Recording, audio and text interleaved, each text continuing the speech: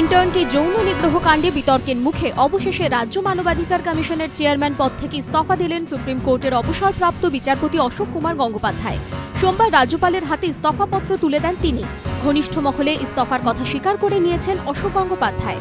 এর আগে এদিন দিল্লি থেকে ফিরে ভবানী ভবনের রাজ্য মানবাধিকার কমিশনের দপ্তরে যান অশোক গঙ্গোপাধ্যায়। কেশপুরের এক শিক্ষিকার অভিযোগের প্রেক্ষিতে 4 সপ্তাহের মধ্যে রিপোর্ট পেশের নির্দেশ দেন জেলার স্কুল পরিদর্শককে।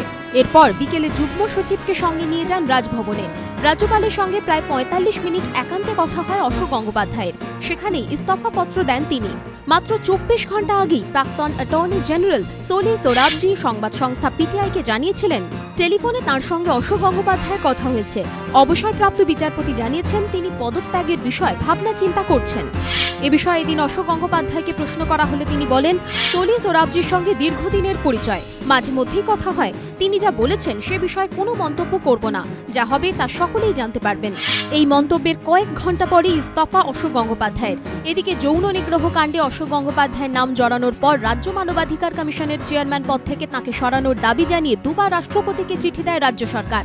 সেই প্রেক্ষিতে সম্প্রতি অশোক গঙ্গোপাধ্যায়ের বিরুদ্ধে তদন্ত শুরু করতে প্রেসিডেন্সিয়াল রেফারেন্সে অনুমোদন দিয়েছে কেন্দ্রীয় মন্ত্রিসভা। কিন্তু অশোক গঙ্গোপাধ্যায় ইস্তফা দিয়ে দেওয়ায় এই প্রেসিডেন্সিয়াল রেফারেন্সের আর কোনো অর্থ রইল না। অন্যদিকে যৌন নিগ্রহ কাণ্ডে অশোক গঙ্গোপাধ্যায়কে নিয়ে দায়ের হওয়া 2টি জনস্বার্থ মামলা এদিন খারিজ করে দিয়েছে সুপ্রিম কোর্ট। একটি জনস্বার্থ মামলায় আবেদন জানানো হয় অশোক গঙ্গোপাধ্যায়ের বিরুদ্ধে ব্যবস্থা নেওয়া থেকে বিরত রাখা হোক কেন্দ্রকে। সেই মামলা খারিজ করে সুপ্রিম কোর্ট জানিয়ে দেয় এখন এই বিষয়ে শুনানির কোনো প্রয়োজন নেই। অপর একটি জনস্বার্থ মামলায় আবেদন জানানো হয় যৌন নিগ্রহ কাণ্ডে অশোক গঙ্গোপাধ্যায়ের বিরুদ্ধে আনা ইন্টার্নের অভিযোগ এফআইআর আকারে লিপিবদ্ধ করা হোক। এদিন সেই মামলাও খারিজ করে দেয় সর্বোচ্চ আদালত। এবিপি আনন্দ।